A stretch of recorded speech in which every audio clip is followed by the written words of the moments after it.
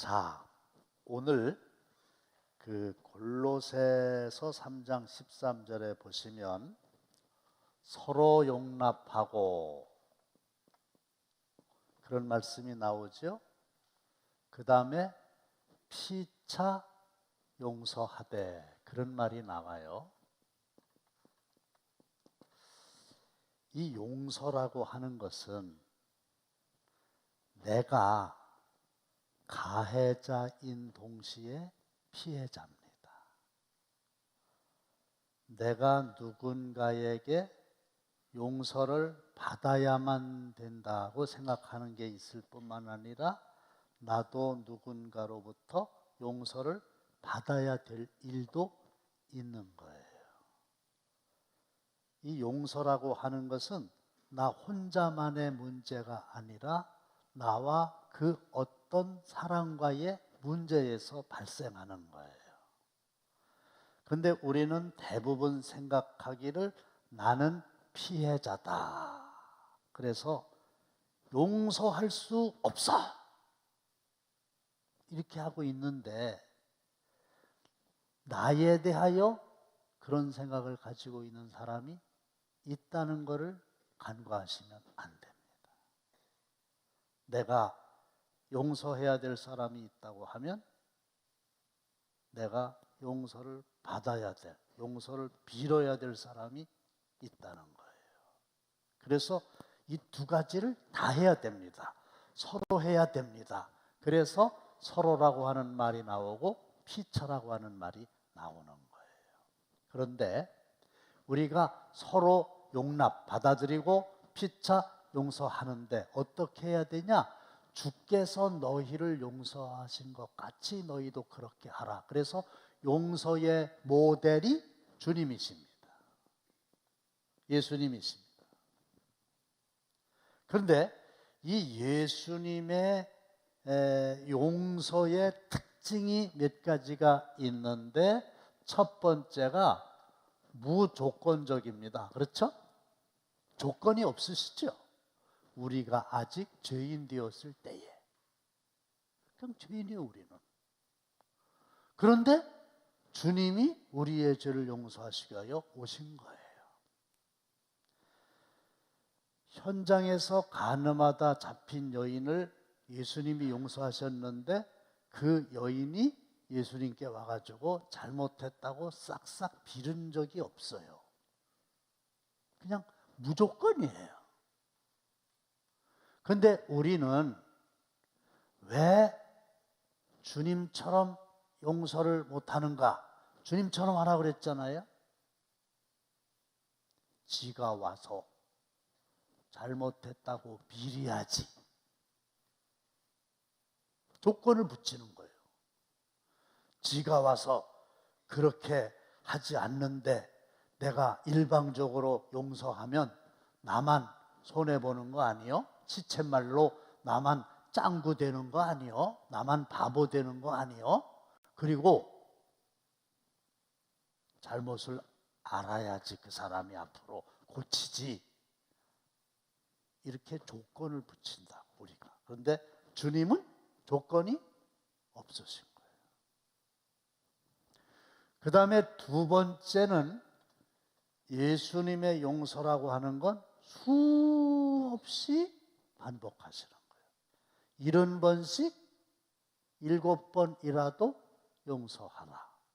이게 주님의 용서인데 우리는 너 그전에도 내가 한번 용서해 줬는데 또 그래?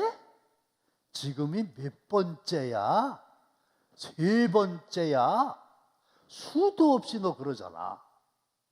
용서할 수 없어. 이거거든요. 그런데 70번씩 7번이라고 하는 건 490번이라는 뜻일까요? 그거를 넘어서는 거예요. 수도 없이. 계속 반복해서 용서하시는 것이죠. 그 다음에 예수님의 용서는 주도적입니다.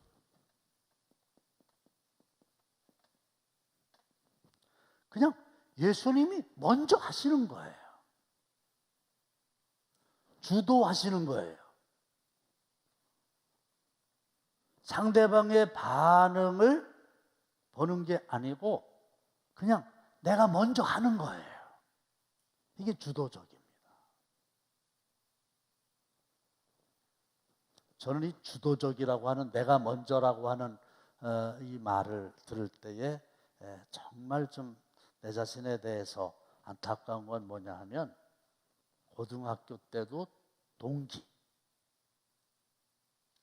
친구, 옆에 이렇게 앉아있던 좋은 친구, 그리고 이제 그 친구는 목회를 늦게 시작해가지고, 제가 이제 목회는 훨씬 더 빨리 했지만 감리교회에서 같이 목회하고, 어려운 일 있으면 같이 도와줘. 그래서 모든 교역자들이 형제처럼 친구처럼 지낸다는 것을 모르는 사람이 없었는데, 오해와 갈등이 생겨갖고 꽤 많이 상대도 안 하고 멀어져 있었어요. 근데 어느 주일날 아침에 그 친구한테서 전화가 온 거예요. 만나자고. 그래서 만나서 완전히 풀었죠. 그래서 그전보다 더 돈독하게 되돌아갔어요. 지금도 참 잘 지내요. 근데 내가 약 오른 건, 내가 먼저 전화를 했어야 되는데 너무 약 오른 거예요. 생각이 있었거든요. 그런데도 전화를 받고 그 다음에 만난 게 지금도 약 올라. 내가 먼저 했어야 되는데. 주님의 용서는 주도적이었단 말이에요. 근데 다시 한번 본문을 보여주시겠습니까? 누가 누구에게 불만이 있거든 서로 용납하여 피차 용서하되. 설명 끝났죠? 주께서 너희를 용서하신 것 같이 주님이 우리를 어떻게 용서하셨냐면 무조건적으로 하셨고 수없이 하셨고 주도적으로 하신 것처럼 나도 다른 사람한테 이렇게 하라는 거예요. 왜 머뭇거리세요? 왜 먼저 손을 못 내미세요?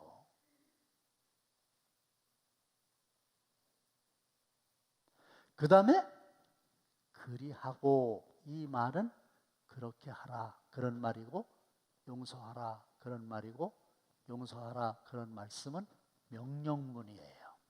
그렇게 해라. 하고 싶으면 하고 하기 싫으면 말고, 그게 아니고 반드시 그렇게 해라. 어명이다. 그겁니다. 두 번째로, 용서에 대한 사전적 개념은 무엇입니까? 그런데 용서하는 것은 무엇을 의미하는 겁니까? 그랬는데요. 자, 보세요. 이 용서라고 하는 측면에서 볼 때 우리는 가해자인 동시에 피해자라고 그랬잖아요. 그러면 내가 가해자란 말이에요. 내가 그 사람한테 뭔가 큰 잘못을 했단 말이에요. 그걸 나도 아는 거예요. 그러면 내 마음속에 뭐가 있냐면 죄책감이 있어요. 그 다음에 당했다. 그럴 때는 피해의식이 있어요.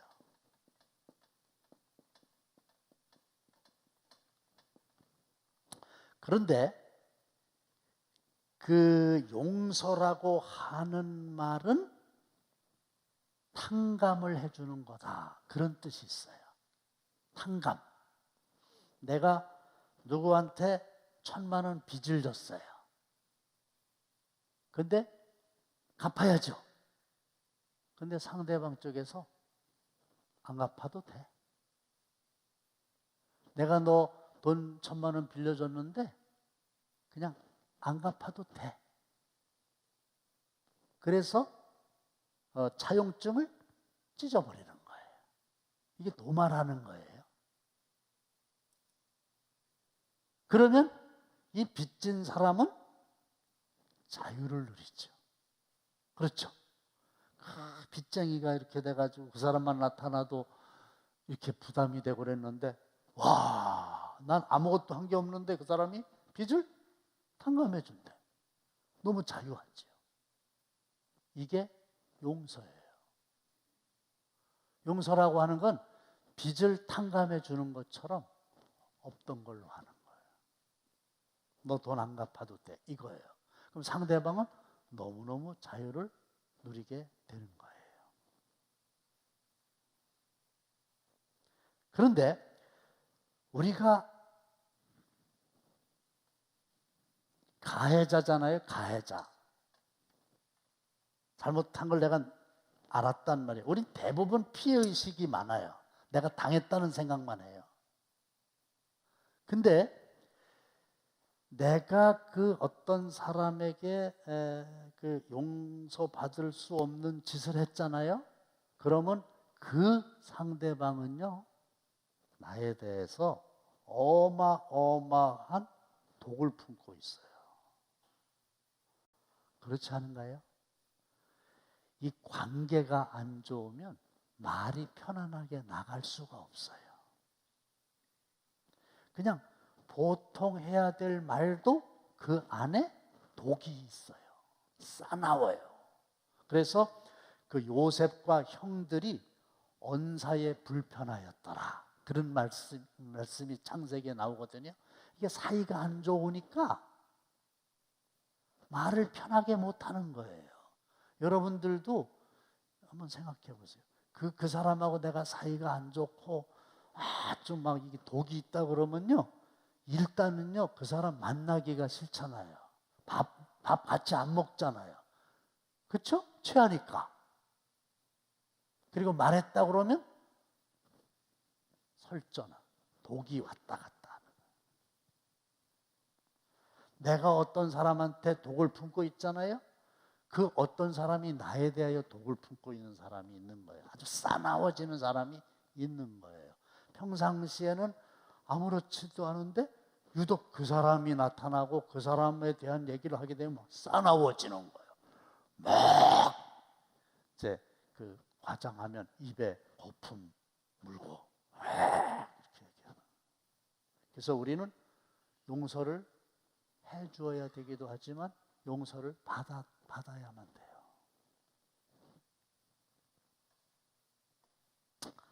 근데 용서는 어떤 약속을 담고 있냐?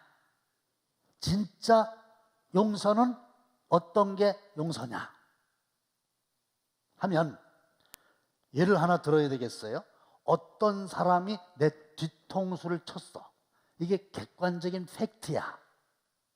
나를 죽이려고, 나를 손해보려고 뒤에서 못된 짓을 한 게 발견되었어. 이게 객관적이야. 나를 죽이려고 한 사람이 있어요. 피해의식에 사로잡혀 있었겠죠? 사실이니까. 그 사람을 죽이려고 그랬으니까. 피해의식에 있죠, 내가. 근데 그 사람을 어떻게 내가 용서하는 거예요? 용서. 그러면 이 진짜로 용서했다고 하는 말은 내가 그 사람을 이제 용서했어요? 했다고 치면 뭐를 약속하는 거냐면 앞으로 그 일에 대해서는 두 번 다시 꺼내지 않는 거예요. 이게 용서예요. 아셨어요? 뒤통수 친 거 내가 용서한다고 그랬거든? 용서했거든? 근데 나중에 승질 나면 그 또 얘기해. 우리가 자녀들한테 잘못하는 게 뭐냐면 너 이번 한 번만 용서해 준다. 용서해 준다 그랬어요. 근데 그 다음에 뭔가를 잘못하게 되면 용서해 줬다고 하는 얘기를 또 꺼내. 그 용서가 아니지. 그 얘기를 또 하면 어떻게 해? 그건 끝났잖아. 용서했다는 끝난 거잖아. 다시 꺼내면 안 되잖아요. 아셨어요? 다시 꺼내는 게 아니요. 그럼 용서가 아니지. 너 2년 전에도 돈 말이야 저금통에서 꺼내가더니 이번에 또 그랬어. 근데 2년 전에 용서해 준다고 엄마가 얘기했었거든. 그렇게 애들이 몰라서 그렇지, 애들이 이 설교 듣고서는 엄마 2년 전에 용서해 준다고 그랬는데 그 얘기를 왜 꺼내요? 그건 용서가 아니잖아요. 그러면 할 말 없는 거예요. 두 번째는 내가 그 사건에 대해서 그 사람에 대해서 용서했다 그러면 타인에게, 다른 사람에게 절대로 그 일을 얘기하지 않는 거예요. 그런데 피해의식이 있으니까 당사자가 아니더라도 밉잖아요. 기회 있으면 다른 사람들한테 그 새끼 나쁜 새끼라고 나한테 그랬다고 얘기를 하지. 근데 용서했다 그러면 다시는 안 하는 거예요. 다른 사람한테도. 세 번째는 용서했다고 하는 것은 용서한 이후에는 용서하기 전에 뒤통수를 맞았다고 하는 그것 때문에 관계에 어떤 부정적인 영향을 전혀 받지 않는 거예요. 과거에 용서한 그 일 때문에 용서했으니까 없었던 일이 됐잖아요. 그러면 앞으로 관계에는 그게 영향을 안 끼쳐야 되잖아요. 그게 용서라는 거예요. 근데 우리는 용서했다고 그랬는데 그 다음에 그 전 거와 관계가 없는 일이 있는데도 영향을 끼쳐갖고 그 전에도 그러더니 말이야 이번에 그 전에 얘기를 또 이렇게 해갖고 현재 일에 부정적인 영향을 끼치는 거예요. 그거는 용서가 안.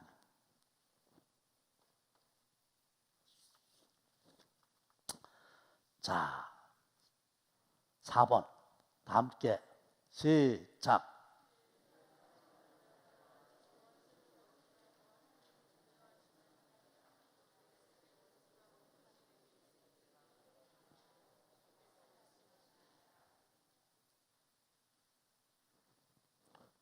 왼수를 갚는다 그러잖아요. 막 독이 가득 차잖아요. 그렇죠? 근데 우리 하나님의 말씀은 너희가 친히 원수를 갚지 말아라. 네가 직접 내 손으로 원수 갚지 말아라. 그 얘기는 무슨 얘기냐면 원수 갚는 권한이 내게 있는 게 아니에요.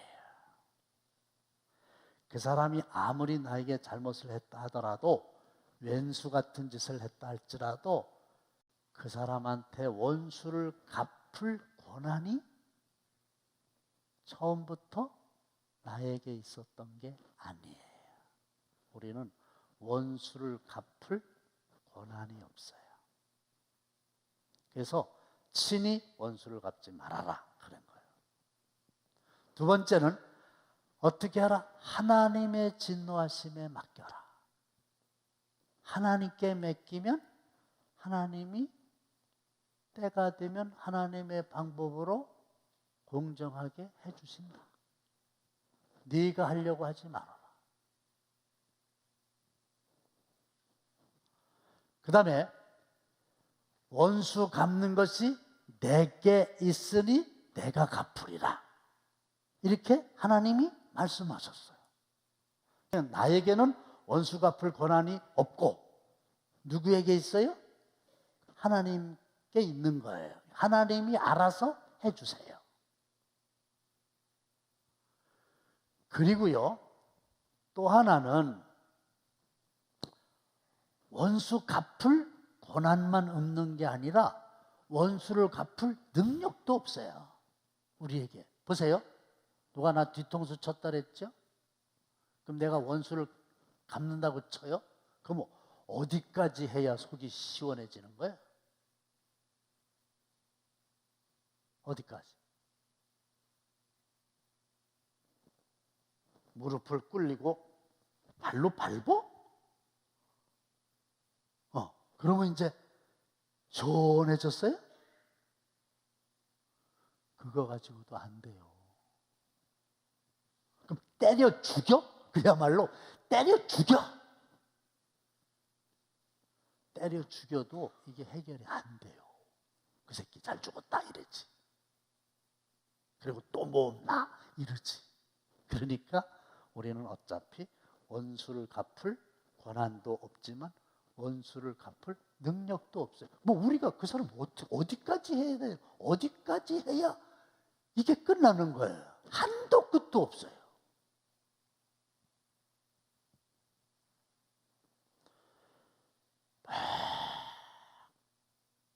화난다고 그럴 수가 있냐고, 원수 갚는다고 그냥 술 먹고 칼 가지고 사람 막 찔러 죽이고 이러잖아요. 그러면 원수를 갚은 거냔 말이에요. 그게 아니잖아요. 자, 그러면 용서가 아닌 거에 대해서 말씀을 드릴게요.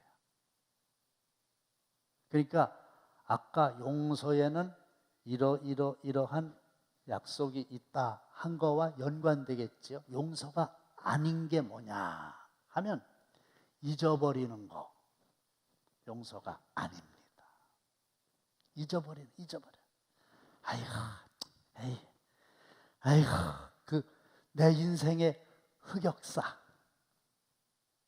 없었더라면 더 좋을 인간, 사건, 그때 그 일 forget, 잊어버리자. 잊어버려. 두 번 다시 생각도 하지 말자. 이게 용서가 아니에요. 왜요? 잊어버려집니까? 용서했어도 안 잊어버려집니다.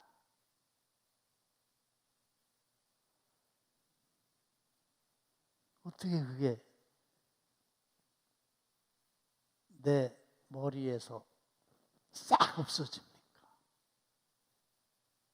용서했다 하더라도 안 잊어버려져요. 그러니까 잊어버리는 게 용서도 아니에요. 생각나요. 용서했어도 그 사람 보면 생각나요. 어쩔 수 없어요. 그래서 이스라엘 사람들을 그 독일 나치가 아주 몹시도 괴롭힌 거 아지요. 폴란드의 아우슈비츠 수용소. 한대희 목사님 알죠? 가보셨어? 한번 가보시면 참 좋은데. 저 가봤거든요. 그렇게 유명한 아우슈비츠 수용소를 내가 가봤다고. 폴란드에 있어요. 지금도 그놈들이 죽인 사람들의 머리카락이 방 안에 가득해. 어쨌든. 근데 이스라엘 사람들은 뭐라는지 아세요? 용서는 하되 잊지는 말자. 이렇게 써놨어요. 용서는 하는데 잊지는 말자. 역사의 교훈으로 삼자. 그래서 용서는 잊어버리는 게 아니에요. 잊어버린다고 그래서 용서가 되는 게 아니고 용서를 했어도 잊어버리지 않아요. 용서는 하는데 잊어버리지 말자예요. 잊어버리는 게 용서가 아니에요. 그런 의미에서. 두 번째로는 이해하는 게 아니다. 용서는 이해하는 게 아니에요. 그러니까 나 도대체 그 인간을 이해할 수가 없어. 이해가 안 돼. 근데 이해하는 거하고 용서하고는 별개예요. 이해가 안 돼도 용서는 할 수 있어요. 아시겠어요?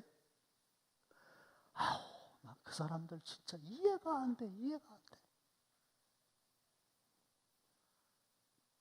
근데 용서는 이해하는 게 아니에요. 뒤집으면 이해가 안 되더라도 용서할 수 있어요. 세 번째는 화해가 아닙니다. 우리는 용서했다 그러면 화해했다 이렇게 생각하잖아요. 그리고 용서는 쌍방이라고 그랬잖아요. 서로 피차라고 그랬잖아요. 그러니까 용서했으니까 쌍방이라 이렇게 생각하잖아요. 그리고 너와 나 사이가 좋아질 거라고 생각하잖아요. 근데 성경에서 이야기하는 용서는 따라합시다. 일방적이다. 그 사람이 어떻게 하거나 말거나 그 사람이 여전히 나한테 독을 품고 있거나 말거나 그냥 내가 일방적으로 아까 주도적이라 그랬잖아요. 조건 없이 그냥 내가 딱 용서하는 거예요. 그게 용서예요. 머뭇거리지 맙시다. 왜 내가 먼저 손 내밀지 못하고 이렇게 머뭇거리고 있나? 그가 먼저 손 내밀기를 기다리면서, 근데 그의 반응과 관계없이 나와 하나님 사이에서 용서하는 거예요. 내가 용서하는 거라고. 그 사람은 걱정하지 마라. 그건 하나님이 어떻게든 다루실 문제지, 내가 그렇게 독을 품고 내가 6시 넘었어요? 죄송합니다. 어쩌면 좋대요. 자, 거기까지만 하겠습니다. 여러분, 돌아가신 아버지도 용서할 수 있어요. 아버지하고 원수인 사람이 많아요. 근데 돌아가신 아버지도 용서할 수 있어요. 왜? 일방적이요. 아버지 없어도 내가 용서하면 용서하는 거예요. 마지막 6번 시작.